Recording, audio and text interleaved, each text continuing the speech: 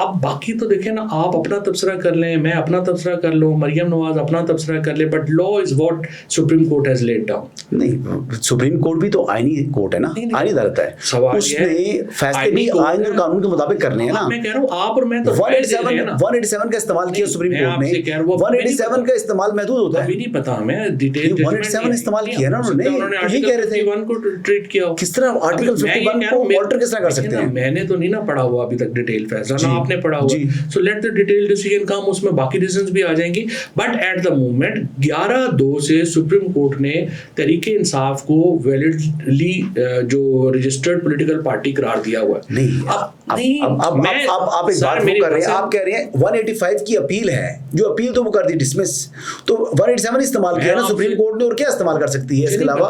سر کیا مطلب نہیں پتا, میں نے پڑھا نہیں نا. دیکھیے آپ میری بات سنیں, آپ اسٹوڈنٹ آف لا تو ہے نا, 185 کی اپیل انہوں نے ڈسمس کر دی, ٹھیک ہے, سیٹسفائیڈ کر دیا, تو پھر 187 ہی یوز کریں نا, 184 ایڈ ود 187 بھی اختیار تو ہے نا, 187 میں اختیار محدود ہے نا, اس میں آپ کس طریقے سے اس کو آلٹر کر سکتے ہیں, جب 51D بڑا واضح ہے. اچھا, پھر آپ نے آخری 3 ہیئرنگ نہیں سنی, کیونکہ دیکھیں یہ پروگرام ہے 20 منٹ کا, ہیئرنگ ہوئی ہے وہاں پہ جو ہے وہ گھنٹوں کی.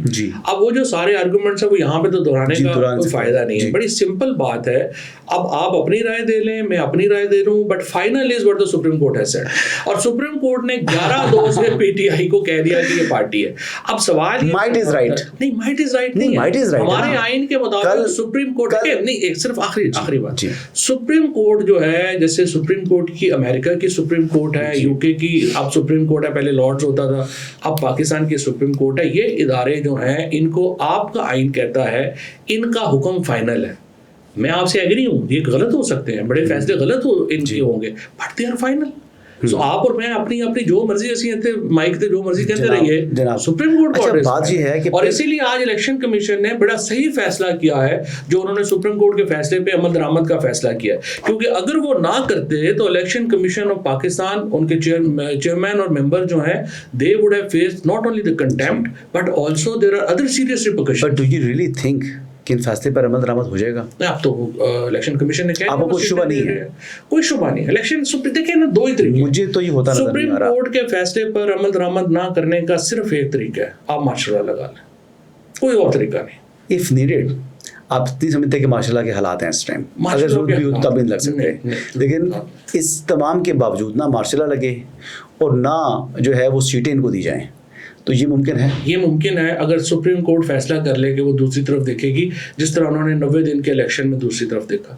سپریم کورٹ امپلیمنٹ, آنکھیں بند کر لیں, لیکن سپریم کورٹ کے فیصلوں کو امپلیمنٹ تو ہائی کورٹ کرتی ہے, سپریم کورٹ تو کرتی نہیں ہے. نہیں, سپریم کورٹ میں اس فیصلے میں اگر آپ آخری امپلیمنٹیشن کے لیے انہوں نے کہا کہ ہم ہمارے پاس آ سکتے ہیں, ہاں میکنزم دیا انہوں نے کہ ہمارے پاس آ سکتے ہیں, چیمبر آ سکتے ہیں. اچھا, تو وہ جو 3 کو 15 کیا ہے وہ کس قانون کے تحت کیا ہے؟ وہ اس طرح سے انہوں نے کیا ہے نا, جو آرگومنٹس ہوئے, اگین ڈیٹیل ججمنٹ ہمارے پاس نہیں ہے, آرگومنٹس میں انہوں نے یہ کہا کہ چونکہ آپ نے لسٹ جو ہے وہ پی ٹی آئی کو پارٹی ہی ٹریٹ نہیں کیا, تو جو الیکشن لاز کے تحت جو شیڈیول ہے اس سے آپ شروع کر لیں, اور وہ 15 دن کا جو ٹائم بنتا ہے جمع کرانے کا, کرنے کا, وہ اس کے مطابق وہ سارا کا سارا پروگرام بیسیکلی پروسیس دوبارہ سٹارٹ کرنے کے لیے انہوں نے وقت دے دیا.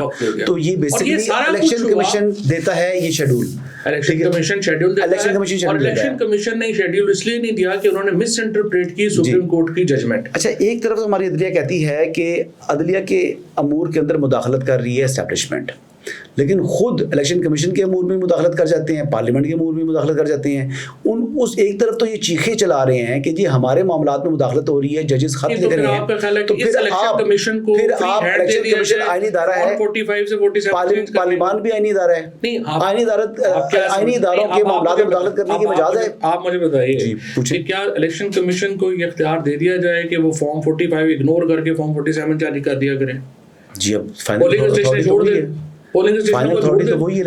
پاکستان کے آپ ہو سکتا ہے غلط ہوں, آپ جو ہے نا ہو سکتا ہے غلط ہوں, لیکن فائنل سر آپ کے الفاظ بالکل. اچھا نہیں, اب میری بات, اب الیکشن کمیشن کو بیسک لڑائی یہ نا سیٹوں کی نہیں ہے. اچھا ٹھیک ہے, بیسک لڑائی یہ بھی نہیں ہے کہ یہ سیٹیں دینی ہے, کیونکہ حکومت کو کوئی فرق نہیں پڑتا ان سیٹوں میں. بیسک لڑائی ہے کہ یہ 3 سال بڑھانا چاہتے ہیں فائز عیسیٰ صاحب کا, وہ نہیں آنا چاہ رہے, پھر ان سے اپنی بات ہوئی. یہ بڑی اچھی بات ہے. فائز عیسیٰ صاحب نے جو کلیریفائی کیا ہے, یہ بڑی, اس سے پاکستان جو ہے نارملائز ہوگا فائز عیسیٰ صاحب کے جانے سے. اچھا, دوسری بات یہ ہے کہ یہ پرابلم ان کی یہ ہے کہ جو ٹرائبونلز ہیں جو پنجاب کے اور طارق جہانگیری صاحب یہ کام سے رکے. جہانگیری صاحب, طارق جہانگیری صاحب کو بھی کام سے روکا, یہ تو آپ کی خواہش ہے نا کہ رک جائیں. جہانگیری صاحب کو تو کوئی ایشو بھی آیا ہوا ہے. ہمارا جو بھائی ہے, ان کی ڈگری کا ایشو نہیں آیا ہوا. ہمارا راہیل انجم صاحب ہمارے بھائی ہیں. انجم وکیل صاحب, انجم وکیل صاحب ہمارے بھائی ہیں, میرے چچا ہیں. انجم وکیل صاحب کا جو کیس ہے, میں چاہتا ہوں طارق جہانگیر صاحب اس کو روک دیں, باقی 2 دن چلائیں. نہیں, میں یہ کہتا ہوں کہ طارق جہانگیری صاحب کی جو ڈگری کا معاملہ ہے وہ کلیئرٹی اس میں آنی چاہیے کہ واقعی وہ LLB ہے یا نہیں ہے. پرانا دیکھیے وہ LLB ہے یا نہیں ہے. سپریم کورٹ کا جج جو ایلیویٹ ہونے والا ہے, اس کے اوپر جا کے ڈگری چیک کرنی ہے نا, بس پھر اور کوئی کام کر نہیں. تو ڈگری تو میں وکیل ہوں, جب بھی سرفیس کے اوپر آ جائے, جب میں اپنی پریکٹس شروع کرتا ہوں میری ڈگری چیک ہوتی ہے. اس کے بعد جب میں نے کوئی ایڈوکیٹ جنرل لگتا ہوں میری ڈگری چیک ہوتی ہے. جب میں نے جج لگنا ہے میری ڈگری چیک ہوتی ہے. تو جو 4 دفعہ چیک ہونے جو صحیح نکلی ہے, 5ویں دفعہ نہ کرو. تو بات سنیں, وہ جو سپریم کورٹ میں ثاقب نثار صاحب کیس سنتے ہوتے تھے وکلا کی جعلی ڈگریوں سے متعلق کیس, وہ کیوں سنتے تھے؟ تو اس میں کتنا تو وہ جتنے پی آئی اے کے پائلٹس تھے آپ کے دور حکومت میں, وہ تو پائلٹ جو ہے وہ تو جہاز اڑا رہے تھے, سب کچھ کر رہے تھے, تو نہیں تھا, پھر بھی بنا دیا گیا تھا. تو یہ تو اصل میں ایشو ہے. بیسکلی آپ نے کہا ہے کہ آپ یہ کہہ رہے ہیں کہ جتنا غلط وہ تھا اتنا ہی غلط یہ ہے. تو میں ایگری کر رہا ہوں آپ سے. ڈگریز والا جو پائلٹ معاملہ, تو میں نے کہا کہ اپنی مرتبہ جب ڈگری اصلی ہیں آپ نے ان کو جعلی بنا دی. غلط کیا, یہاں پر اگر ڈگری جعلی ہے, یہاں ڈگری جعلی ہے تو اس کو اصلی بنانا چاہ رہے ہیں, کیونکہ پہلے ویریفائی نہیں ہوئی تو آپ ویریفائی کرنے کی ضرورت نہیں ہے. تیرے چاچے کا کیس سن رہے ہیں. نہیں, میرا چاچا تو دیکھیں جی, میرے چاچا کے ساتھ سیاست ان کی اپنی ہے, انجم وکیل کی سیاست اپنی, گھر اپنا, میری سیاست اپنی, میرے بھائی کی سیاست اپنی, اس کا گھر اپنا. ٹھیک ہے, وہ گھر الگ الگ ہے. لیکن آپ پرسنل کمنٹ کریں نا, پھر پرسنل کمنٹ طارق جہانگیری بھی سننا نہ کریں, آپ باقیوں پہ کر لیں. نہیں, طارق جہانگیری صاحب کا معاملہ ہے سرفیس کے اوپر محدود لے کر آیا نا, ان کے آپ پرسنل کیس سن رہے, جامعہ کراچی. میرا کیس نہیں سن رہے جی, وہ ایک ہی بات ہے. نہیں, میرا کیس نہیں سن رہے. میرا کیس میں تو جب مجھے کنٹمپٹ کا نوٹس بھیجا ہے اس میں طارق جہانگیری صاحب نہیں ہے, باقی تمام جو ہے نا ججز شامل ہیں. ٹھیک ہے, ہاں, تو مجھے کوئی مسئلہ نہیں. نہیں, وہ آپ کر لیں گے, آپ تگڑے. ہاں, اللہ کا شکر ہے, کوئی ایشو نہیں ہے. اور یہ کنٹمپٹ کے جو ایشوز ہیں نا, اس پہ میں بالکل یہ واضح نہیں, میں تو بڑا منتظر ہوں, مجھے تو ابھی تک نوٹس نہیں بھیجا انہوں نے,